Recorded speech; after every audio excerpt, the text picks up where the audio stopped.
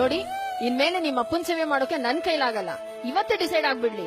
ಒಂದು, ನಿಮ್ಮಪ್ಪ ಈ ಮನೇಲಿ ಇರ್ಬೇಕು, ಇಲ್ಲ ನಾನಿರ್ಬೇಕು. ನೀವೇ ಯೋಚನೆ ಮಾಡಿ. ಮೆತ್ತಿಗೆ ಮಾತಾಡೆ, ನಮ್ ತಂದೆ ಕೇಳಿಸ್ಕೊಂಡ್ರೆ ಬೇಜಾರ್ ಮಾಡ್ಕೋತಾರೆ.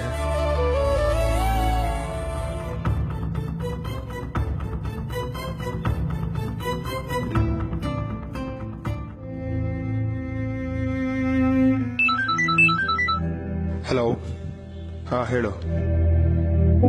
ನಿಮ್ಮಪ್ಪ ಇನ್ಯಾವತ್ತೂ ಮನೆಗ್ ಬರ್ಬಾರ್ದು. ಅವ್ರ ಮುಖ ನೋಡೋಕು ನಂಗೆ ಇಷ್ಟ ಇಲ್ಲ, ಗೊತ್ತಾಯ್ತಾ?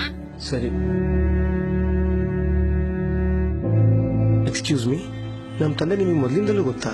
ತುಂಬಾ ಪರಿಚಯ ಇರೋ ತರ ಮಾತಾಡ್ತಾ ಇದ್ರಿ. ಓ, ಅವರ 30 ವರ್ಷಗಳ ಹಿಂದೆ ಅವ್ರಿಲ್ ಬಂದಿದ್ರಪ್ಪ. ಇಲ್ಲಿಂದಲೇ ಒಂದು ಅನಾಥ ಗಂಡು ಮಗುವನ್ನ ದತ್ತು ತಗೊಂಡಿದ್ರು.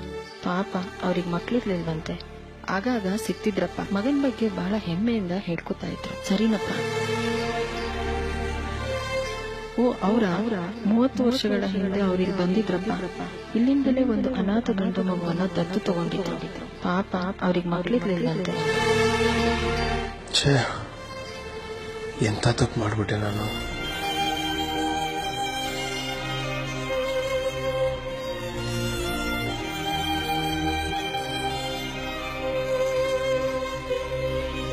ಅಪ್ಪ, ಶಂಸಪ್ಪ, ಮತ್ತಿನ್ಯಾವತ್ತೂ ಇಂಥ ತಪ್ಪು ಮಾಡಲ್ಲ ನಾನು.